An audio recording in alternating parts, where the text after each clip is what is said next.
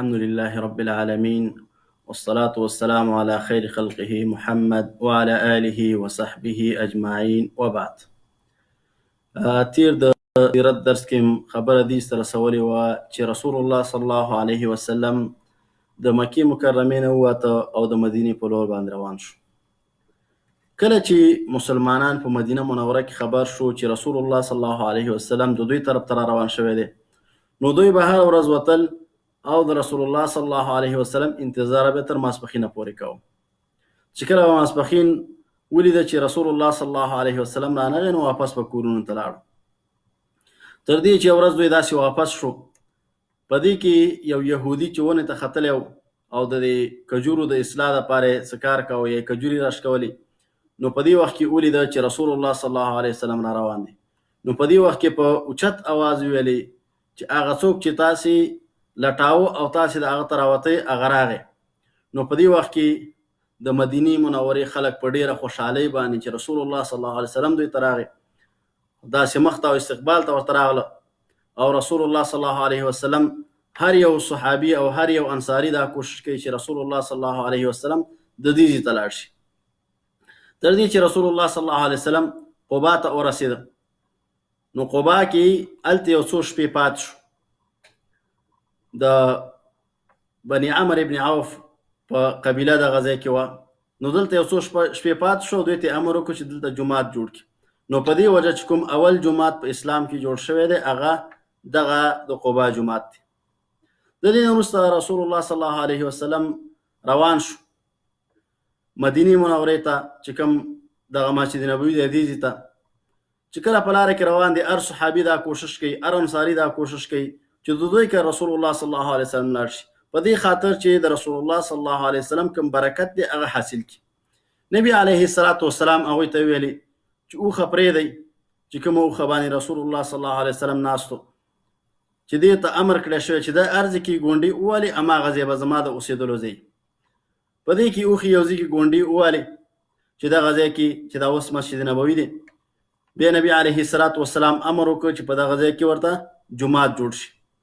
نو صحابه کرام او انصارو په ډېر شوق او په ډېره خوشحالۍ باندې چې نبی علیه الصلاة والسلام راغی، د داسې کار یې کوه او دا جومات یې جوړاو په ډېره خوشحالۍ باندې، تر دې چې نبی علیه الصلاة والسلام هم خپله ورسره لګیا او د دوی سره یې کار کو. نو نبی علیه الصلاة والسلام هم کار کوي، دغه رنګې صحابه کرام هم لګیا دي. نبی علیه الصلاة والسلام ورته ویلي اللهم لا عيش الا عيش الاخره فارحم الانصار والمهاجره. نبی علیه الصلاة والسلام ویلي چې یا ربه، ژوند چې کوم دی دا خو اصلي د آخرت ژوند دی، نو ته رحم وکړې په انصارو باندې او دغه رنګې کوم چې مهاجرین دي. کله چې هغوی دا خبرې واورېدې چې نبی علیه الصلاة والسلام ورسره دعا کوي، نو هغوی ډېر زیات خوشحاله شو، ځکه طبعا د نبی علیه الصلاة والسلام باندې هغوی ایمان لره او دغه رنګې په دې پوهېده چې د نبی علیه الصلاة والسلام دعا الله رب العالمین قبلوي. نو هغوی هم همدا الفاظ شروع کړ. مخکې د دې نه چې جومات ورسېږي او دغه رنګې نبی علیه الصلاة والسلام کور جوړ کړی شي، نو په دې ځای کې نبی علیه الصلاة والسلام ویل چې د چا کور ته نږدې دی. په دې کې یو صحابي رامخته شو چې ابو ایوب الانصاري نوم و. نو په ډېره خوشحالۍ باندې چې نبی علیه الصلاة والسلام واقعا دا د خوشحالۍ ځای دی چې یو سړي کور ته نبی علیه الصلاة والسلام بوځي. او دغه رنګې انصار او دا خو د دې نه په هر څه باندې ښه پوهېدل. نو نبی علیه الصلاة والسلام یې ځان سره بوته او خپل کور کې ورته ځای ورکړه، تر دې پورې چې د نبی علیه الصلاة والسلام جومات جوړ شو او دا رنګې د نبی علیه الصلاة والسلام کور جوړ شو.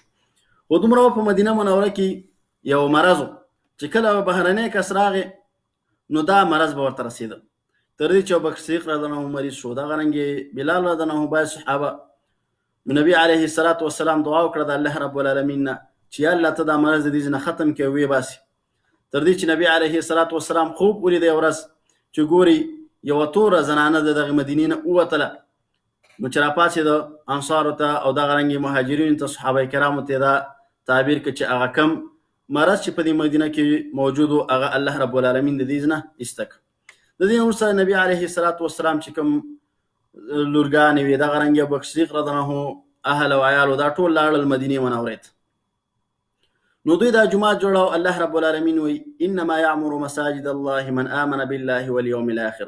الله رب العالمین وی جمعات هغه څوک جوړي چې په الله باندې ایمان لري او دا غرنګ په ورځ د آخرت باندې ایمان لري، واقام الصلاه او المنځ کوي، وآت الزکاه او دا غرنګ زکات ورکوي، ولم يخش الا الله او نه یریږي مګر دی والله نه ویریږي، فعسى اولئک ان یکونوا من المهتدین. الله دغه کسان د هدایت مندونکو نه دي، نږدې ده چې دغه کسان د هدایت مندونکو نشي چې کوم د الله رب العالمین کور جوړی شي جمعات. دغه رنګ ورسره دینه تر دې چې د جمعې ورځ راغله، نبی علیه الصلاۃ والسلام اوله خطبه وکړه صحابه کرامو ته، او دای په خطبه کې ویلي چې یو قسم نشته مګر الله رب العالمین به د سره خبرې کوي. خي طرف ته وګوري نو خپل اعمال به ګوري، چې چپ طرف ته ګوري خپل اعمال به ګوري چې کوم اعمال کړی دي په دنیا کې، او چې مخامخ ګوري نو اور به ګوري. نو به ورته ویل چې فتقوا النار ولو بشق تمره، نو د اور نه ځان وساتئ اگر که په یوې کجوري سره دغه رنګې په نیمې کجوري سره د اور نه ځان وساتئ، یعنې صدقات ورکړي. د دې وروسته نبي علیه الصلاۃ والسلام دا چې د مدینې اوسېدونکي دایما په جنګ کې لوی شي او د یو بل سره جګړې کړې وي، نو نبی علیه الصلاۃ والسلام غوښتل چې دوی ترمنځ ورورولي قایم شي او هغه کوم د جاهلیت جنګونه چې د اسلام نه مخکې هغه ټول ختم شي. نو دغه رنګې مهاجرین چې کوم د مکې نه تللي وو، که د کومو سره مال هم اکثرونه مشرکینو اخیستی و د مکې مشرکینو، نو هغه هلته فقرا اوسېدل. نو نبی علیه الصلاۃ والسلام وغوښتل چې داسې یوه زمینه د ژوند دوی ته برابره کړي. نو د یو انصاري او دغه رنګې کوم چې د مهاجر دی دا به سره ورونه کړ چې تاسو دواړه سره ورونه شوي او د یو بل سره کومک کوئ. الله رب العالمین وی وألف بین قلوبهم لو انفقت ما في الارض جميعا ما الفت بین قلوبهم ولكن الله الف بینهم. الله رب العالمین وی چې ما د دوی په زړونو کې محبت واچو. به نبی علیه الصلاۃ والسلام ته وی که چیرته تا پر ځمکه کې څومره مال لیدا ټول دې مصرف کړی وي، خو تا به د دوی په زړونو کې محبت نه واچولی، لیکن الله رب العالمین د دوی په زړونو کې مینه او محبت واچو. معلومه دا شوه چې دا د الله رب العالمین د طرف نه رباني مسله وه، الله رب العالمین د دوی په زړونو کې مینه او محبت واچو. نو انصارو چې کله مهاجرین د هغوی سره ورونه شول، دغه رنګې د مکې نه لاړل مدینې ته، نو هغوی چې څومره وسه کېده د کومک هغه یې کاوه، سره دی چې انصار د ډېر مال خاوندان نه و. یوه د دې نه ښکلي مثالونه چې ذکر کېږي هغه دا ده چې سعد ابن ربیع او دغه رنګې عبدالرحمن ابن عوف رسول الله صلی الله علیه وسلم دا دواړه سره ورونه کړ. سعد ابن ربیع انصاري و د مدینې اوسېدونکی و، او عبدالرحمن ابن عوف چې دا د مهاجر نه و د مکې نه ورغلی و. نو سعد ابن ربیع ورته ویلي چې زما څه مال دی نیم مال ستا، کور مې دی نیم کور ستا، دوه ښځې مې دي، یوه هر یوه چې ستا خوښې هغه به زه طلاقه کړم، هغه ته په نکاح کړه. دومره قربانۍ ته حاضر و. عبدالرحمن ابن عوف رضی الله عنه ورته ویلي چې الله رب العالمین دې تا ته په دې کې برکت واچوي. دا چې عبدالرحمن ابن عوف رضی الله عنه خپله تاجر سړی او تجارت باندې پوهېده، نو هغه ته یې ویلي چې ما ته خالي اخیستلو او خرڅولو بازار وښیوه.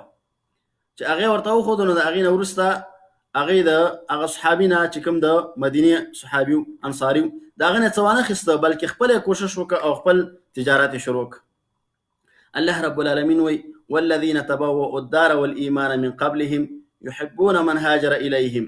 الله رب العالمین وی کسان چې مخکې د مدینې اوسېدونکي دي او دغه رنګې ایمان یې راوړی مخکې له دې نه، یحبون من هاجر الیهم، دوی مینه ساتي خوښۍ ده هغه څوک چې ورسره هجرت وکړي د مکې نه، ولا یجدون فی صدورهم حاجة، او دوی خپلو سینو کې تنګي نه پیدا کوي، په دې نه تنګېږي بلکې په دې خوشحالېږي مما اوتو د هغه څه نه چې دوی ته ورکړی شوي دي. یعنې کوم مال چې ورکړی شوی دی په هغې باندې صدقات کوي، دغه مهاجرینو باندې مصرف کوي، او د دې سره سره زړه هم نه تنګېږي چې دا څه کیسه شو چې هر ورځ تاسې باندې لکه ځینې خلک چې صدقات کوي، خو د دې سره سره په دې ذهن کې دا ګرځي چې یاره دنه څنګه ځان خلاص کړم.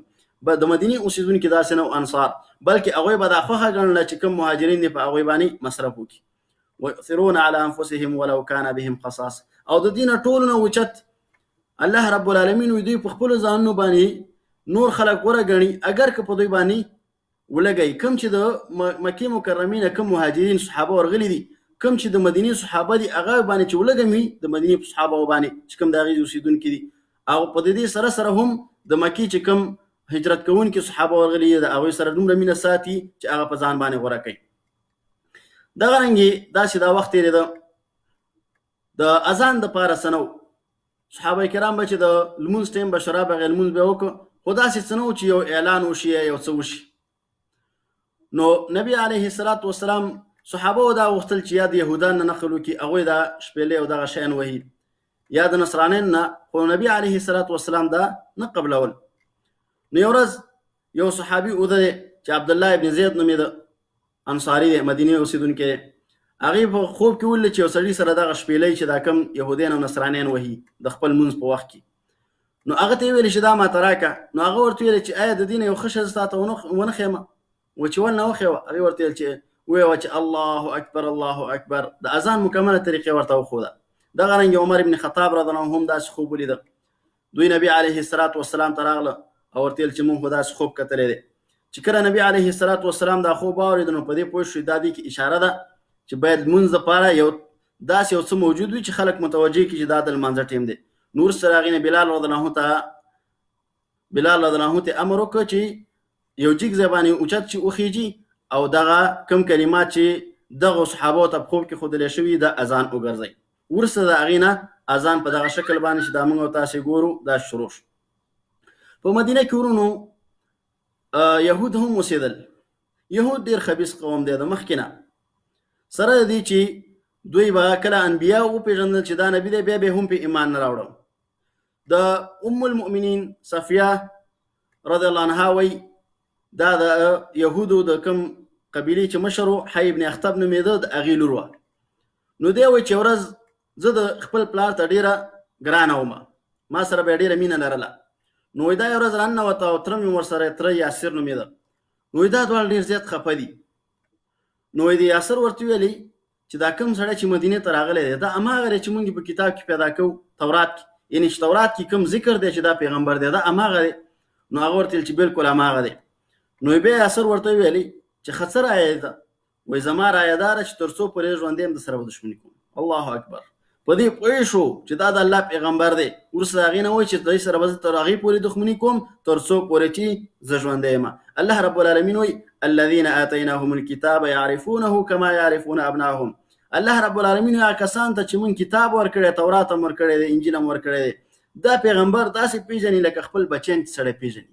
لکه څنګه چې سړی په ډېرو ماشومانو کې خپل بچی بېلولی شي چې دا زما بچی دی، دغه رنګ دوی په دې ډېرو خلکو کې دا پیژني چې دا د الله رب العالمین پیغمبر دی، خو سره د دې بیا هم په دې باندې ایمان نه راوړي. وان فریقا منهم لیکتمون الحق وهم یعلمون. الله رب العالمین یوه ډله دوی نه حق پټوي، خو دوی ښه په دې باندې پوهېږي چې دا حق دی، د دې سره بیا هم د هغې باندې ایمان نه راوړي. بل آیت کې الله رب العالمین وایي افکلما جاءکم رسول بما لا تهوى انفسکم استکبرتم ففریقا کذبتم وفریقا تقتلون. الله رب العالمین وایي ستاسې اصلا عادت دا دی یهودانو، کله چې تاسو ته پیغمبر راشي هغه څه چې ستاسې نفسونه نه خوښوي، طبعا پیغمبر د الله حکم راوړي او د دوی به داسې حکمونه نه خوښېدل. نو د دې وجې نه الله رب العالمین ورته وایي چې کله پیغمبر راشي نو ستاسې نه یې خوښ، نو په دې وجه باندې کبر کوئ او په دغه پیغمبر باندې ایمان نه راوړئ. نو یوه ډله د انبیاو تاسې قتل کړله او یوه ډله د انبیاو د هغې تکذیب کوئ، ایمان پرې نه راوړئ. د مکې مشرکین په آرام کې نه ناسته په دې وخت کې، بلکې خپل پوره کوشش یې کاوه په دې چې د عبدالله ابن ابی ابن سلول چې دا د منافقانو مشر نو د سره یو ورځ دغه د مکې مشرکینو د ده سره رابطه ونیوله او ده ته یې ویلې چې ګوره تاسې چې هغه کسان چې موږ ورسره دښمني ده تاسې ځای ورکړه، نو یا تاسې دوی ووژنئ او یا د دې مدینې نه وشړئ او یا دا چې موږ به د تاسې سره جنګ وکړو. نو کله چې هغه دا خبرې واورېدې اخواسې منافقو اسلامي بدرات او دغه رنګې نبي علیه الصلاة والسلام سره دښمني وه، نو خپل قوم یې راتېز کړه چې راځئ دوی سره جنګ وکړو، تر دې چې نبي علیه الصلاة والسلام د دې کار نه خبر شو. نو نبي علیه الصلاة والسلام راووته ورته یې ویلې چې آیا تاسې غواړئ چې خپل اهل او خپلو اولادونو سره جنګ وکړئ؟ دا خو ستاسې اولادونه مسلمانان دي، ستاسې ورونه مسلمانان دي، نو تاسې ټول غواړئ چې دې سره جنګ وکړئ. چې کله انصارو دا خبرې واورېدلې د مدینې اوسېدونکي نو واپس لاړل او هغه جنګ ونه شو. نو ډېره یېره داسې موجوده وه ځکه د مکې مشرکین په آرام باندې نه کېناستل، دا یې منې چې په هر شکل یې وسه کېده نبي علیه الصلاة والسلام هغې ته ضرر رسول غوښتل. په دې وجه یو ورځ نبي علیه الصلاة والسلام ویلې عایشه رضی الله عنها وایي چې لیت رجلا صالحا یحرسني. نبی علیه الصلاة والسلام ویل چې کاشکې نن شپه یو داسې صحابي یو داسې کس چې نیک کس وي زما حراست وکړي او دلته راشي او پیرداري وکړي د شپې. وایي په دې وخت کې یو صحابي راغی چې سعد ابن ابي وقاص نومېده رضی الله عنه. توره او نیزه او دا ورسره دي. نبي علیه الصلاة والسلام ورته چې ولې راغلی؟ نو هغه ورته وایي چې زه خو زما په اړه کې دا وګرځېده چې اسینه رسول الله صلی الله علیه وسلم ته ضرر ورسېږي نو زه راغلم او ستا حفاظت دپاره. دغه رنګې ورونو په مدینه کې د یهودانو درې ډلې اوسېدې. یو ته بنو قینقاع ویلې، بل ته بنو نذیر ویلې او بل ته بنو قریظه ویله. مخکې مونږ ویلې چې یهودان ډېر خبیث خلک وو. د دې وجې نه عبدالله ابن سلام دا د یهودو عالم و، وروسته به ایمان راوړه. کله چې ایمان راوړو نبي علیه الصلاة والسلام ته وایي چې یهود قوم بهت، یهودانو دا کار دی چې بهتان کوي. نو ته داسې امتحان وکړه په دې یهودانو چې دوی زما په باره کې پوښتنه وکړه، مخکې دې نه چې دوی په دې خبر شي زه مسلمان یم او په تا باندې ایمان لرم. نو دې کې د یهودانو د علماو څه ډله راغله، نبي علیه الصلاة والسلام ته کېناستل چې نبي علیه الصلاة والسلام نه پوښتنې وکړي او د دې امتحان وکړي چې دا واقعا پیغمبر دی او که پیغمبر نه دی. او حال دا چې هسې ظاهرا دا خبره ده، نور خو دوی په دې باندې ښه پوهېدل چې دا هماغه پیغمبر دی چې کوم موږ ته په تورات کې ذکر دی، او نصرانیان په دې ښه پوهېدل چې دا هغه پیغمبر دی چې کوم موږ ته په انجیل کې ذکر دی. په دې وخت کې عبدالله ابن سلام د دوی نه پټ شو. نبي علیه الصلاة والسلام دوی ته ویلي چې عبدالله ابن سلام تاسو کې څنګه سړی دی؟ دوی ورته ویل چې خو زموږ عالم دی، سیدنا و ابن سیدنا، اخو زموږ سردار دی، دغه پلار زموږ سردارو. نو دا صفتونه شروع کړو د هغه. نبی علیه الصلاة والسلام ورته ویل آیا هغه ایمان راوړي بیا؟ نو دوی ورته ویل چې هغه ایمان نه راوړي، خو زموږ عالم دی څنګه په تا باندې ایمان راوړي؟ په دې وخت کې عبدالله ابن سلام راووته او لا اله الا محمد رسول الله کلمې ویله. چې کله دوی دا واورېده نو په هماغه ځای کې ویله، په هماغه یو مجلس کې وایي دا خو دغه عبدالله ابن سلام دا شرنا و ابن شرنا، دا خو ډېر شریر انسان و، د لا پلار شریر و. په دغه یو مجلس کې په دغه یو شیبه کې چې کله دوی واورېده چې د حق تابعداري وکړله او زمونږ چې کوم ذهن په هغې باندې لا نړل، نو سمدستي د هغه سره دښمني او عداوت اعلان کړل.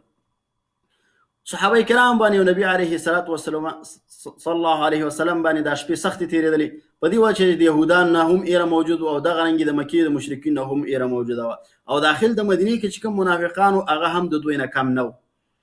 نو په دې وجه نبی علیه الصلاة والسلام به دایما یو صحابي به راته او د هغې پیرداري به یې کوله، تر دې چې الله رب العالمین دا آیت نازل کړه والله یعصمک من الناس، الله رب العالمین ستا حفاظت کوي د خلکو نه. نو د دې نه وروسته نبي علیه الصلاة والسلام صحابو ته ویله چې ځئ لاړ شئ، نور زما حفاظت الله رب العالمین واخیست، الله به زما حفاظت کوي. دغه رنګې سعد ابن معاذ دا لاړه مکې ته، غوښتل چې مکې د کعبې شریفې نه طواف وکړي. نو هغلته امیه ابن خلف ته ورغی، هغه ته ویل چې داسې ټیم وګوره چې په دې طواف کې ډېر خلک نه چې زه په ارام طواف وکړم. نو یو ټیم هغه ورته ویل چې اوس راووځه طواف وکړه. کله چې راووته ابو جهل ولیده، نو امیه ابن خلف ته چې دا څوک دی؟ وایي دا خو سعد ابن معاذ دی. نو هغه ورته ویل چې دا خو هغه کس دی او دوی هغه خلک دا د مدینې اوسېدونکي چې زموږ مخالفینو ته ځای ورکړی، دا به څنګه په امن دلته طواف کوي؟ هغه بیت الله چې الله رب العالمین د ابراهیم علیه الصلاة والسلام په واسطه جوړ کړی او دا د الله کور، د هیچ چا دا واک نه و چې هغه د دې نه څوک منع کړي، خو دوی د خپل کفر او د جهل او د ظلم د وجې نه به خلک د دغه ځای نه منع کول. نو دوی ورته ویل چې والله ابو جهل ویلي چې دا خو داسې نه کېږي چې دلته راشي او په امن باندې طواف وکړي. سعد ابن معاذ ورته ویلي که زه دې چېرته دلته طواف نه منع کړم نو ستاسې قافله چې په شام باندې ځي هغه به هم شام ته لاړه نه شي. نو په دې کې ورته ویلي که چېرته ده سره نه وي امیه ابن خلف نو روغ به کور ته واپس نه وی تللی. نو داسې بحث او لفظي لانجه سره وشوله، ځکه د مکې مشرکینو دایما کوشش کوه چې مخکې تیرو سیرت درسونو کې تیر شو چې حتی حبشې ته هم کسان ولېږل په هغه وخت کې. نو دغه وخت کې دوی چېرته غوښتل چې نبي علیه الصلاة والسلام او دغه رنګې صحابه د ارام ساه واخلي. نو د دې نه وروسته الله رب العالمین مسلمانانو ته چې کله مشرکان تاسې نه پرېږدي او هر ځای کې تاسو ته په انتظار دي او په هر چې څه خري وسه کېږي هغسې کوي، نو الله رب العالمین ورته ویل چې نور دوی ته صبر مه کوئ، تاسې هم د دوی سره جهاد وکئ. چې یو سړی ته نه پرېږدي، دا مشرکان دي دایما تاسو ته په لارو کې ناست دي، په هر ځای کې هر رقم وسه چې کېږي ستاسې مقابله کوي، نو نور تاسې ته هم د دوی دپاره صبر مه کوئ، د دوی سره جهاد شروع کړئ. نو الله رب العالمین دا آیاتونه نازل کړه اذن للذین یقاتلون بانهم ظلموا وان الله على نصرهم لقدیر. الله رب العالمین دا آیاتونه نازل کړه چې تاسو اجازه ده هغه کسان لپاره اجازه ده چې د هغوی سره جنگ کړی شوی دی چې مکی مشرکینو ضرر ورته رسولی، جنگ ورسره کړی دی، زیاتې ورسره کړی دی، د دوی ته نور اجازه وکړی شوه چې دوی جهاد وکړي او خپل ځان نه دفاع وکړي او د مکی مشرکینو مقابل کې ودرېږي. بانهم ظلموا دا په سبب دې سره دوی سره ظلم شوی دی. کوم مالونه دوی چې دي هغه د دوی نه اخیستل شوي دي، دغه رنګې کورونه یې ګډوډ شوي دي، ځینې کسان پریښي دي او ځینې هلته ایثار کړي دي، دغه رنګې کورونه مکي مشرکینو ته پاتې دي. نو الله رب العالمین دوی ته دا آیتونه نازل کړه چې په تاسې باندې د نیسته جهاد الله رب العالمین تاسې اجازه درکړي چې څوک تاسو سره مقابله کې ودرېږي د هغوی سره جنګ وکړئ. واخر دعوانا ان الحمد لله رب العالمین.